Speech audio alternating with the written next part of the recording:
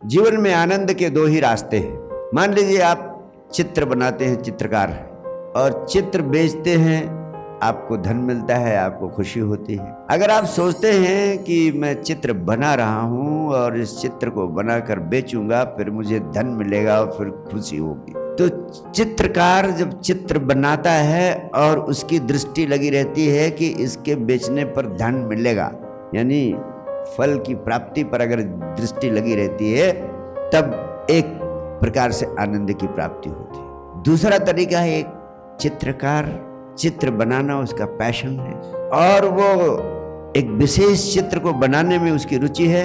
चित्र जब बनाता है, चित्र को बनाते समय ही उसको एक अद्भुत अपूर्व आनंद का अनुभव होता है।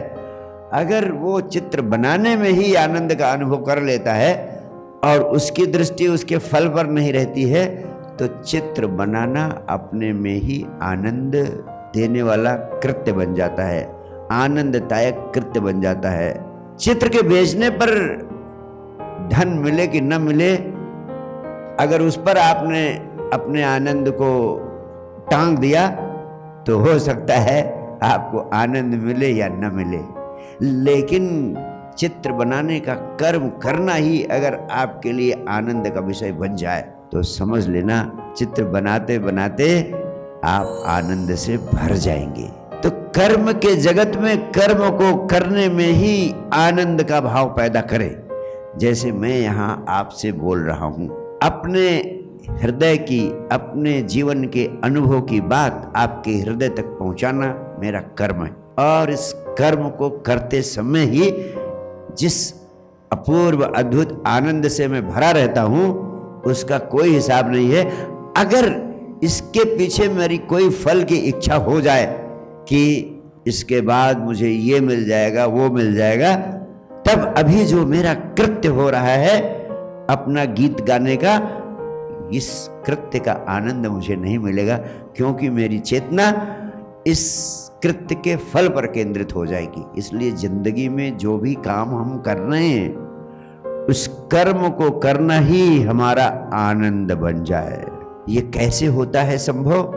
ये संभव हो सकता है छोटे छोटे काम करें, कुछ ऐसे काम करें जिसके बदले में कुछ पाने की आकांक्षा नहीं है, सिर्फ इसलिए कर रहे हैं कि उसको करना आपको अच्छा लगता है। हर व्यक्ति अगर खोजे तो हर व्यक्ति के जीवन में कोई ना कोई ऐसा आकर्षण होगा जिसे करने में ही उसे आनंद आ जाता हो, जिसे करने में ही उसे मजा मिल जाता हो। और कुछ नहीं मिलता है आपको तो किसी बूढ़े आदमी को सहारा देकर सड़क के उस पार पहुंचा दिया आपने, उसमें आपकी कोई आकांक्षा नहीं होती है। लेकिन कुछ लोग तो कहते हैं उसके लिए इतना किया, उसने थैंक यू भी नहीं कहा, अब वो अपेक्षा हो गई।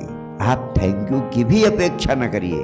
कुछ काम ऐसे आप खोजें और ऐसे कामों को करने की आदत डालें। और रोज कोई काम करते हैं, अरे कपड़ा पहनते हैं, कपड़ा पहनने का कृत्य है, आनंद भाव से कपड़े पहनिए। नहाते हैं, नहाने जाइए, आनंद भाव से नहाइए। जो भी काम करिए आनंद भाव से करिए, इतना ही तो सूत्र है। यानी कर्म के जगत में आनंद को ले जाइए, बस सीधी सी बात। कर्म करने में ही आनंदित होने का अभ्यास करिए। इस संसार में बहुत बड़ा आनंद एकाएक नहीं बरस पड़ता है आपके ऊपर। जिंदगी में जो छोटे छोटे काम आप रोज रोज करते हैं, अगर उन्हें आप हर कामों को आनंद भाव से करने की आदत डाल लेंगे, तो उन सब का जोड़ ही बहुत बड़ा आनंद बन जाता है। उनका जोड़ ही धीरे धीरे विराट आनंद, यहाँ तक कि परमानंद को प्रकट कर देता है। आप सोचते रहे कि जिंदगी के सभी कामों को करते समय हम ऐसे वैसे ऐड़े बैड़े तिरछे तनाव में रहेंगे और हम रोज हाथ जोड़ते हैं, पूजा करते हैं, इसलिए परम आनंद एक दिन बरस पड़ेगा। बिल्कुल नॉनसेंस, ना समझिए। ये हर पल हर काम को करते समय आनंद भाव से उस काम को करो। जिस काम को करने में आनंद ना है उस काम को करो ही नहीं। अगर यहाँ मुझे सुन रहे हो, अगर आपको आनंद आ रहा है तो ही यहाँ बैठो, नहीं आनंद आ रहा है तो बैठना वो अधार्मिक कृत्य हो जाएगा। क्या हो जाएगा? अधार्मिक कृत्य हो जाएगा। वही काम करो जिसमें तुम आनंदित अनुभव कर सको। तो मेरे कहने का इतना ही सार है कि कृत्य को ही साध्य बना लो।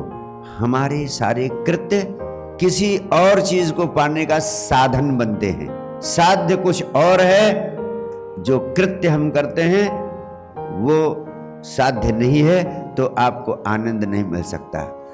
हमारा हर कृत्य हमारा साध्य बन जाए, हर कृत्य हमारा लक्ष्य बन जाए, और परिणाम तब स्वतः आएगा जब कृत्य आपका आनंद भाव से होगा।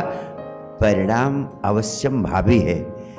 कर्म के जगत में हर कर्म को करते समय आनंद भाव बनाए रखें, इस बात पर मेरा जोर है।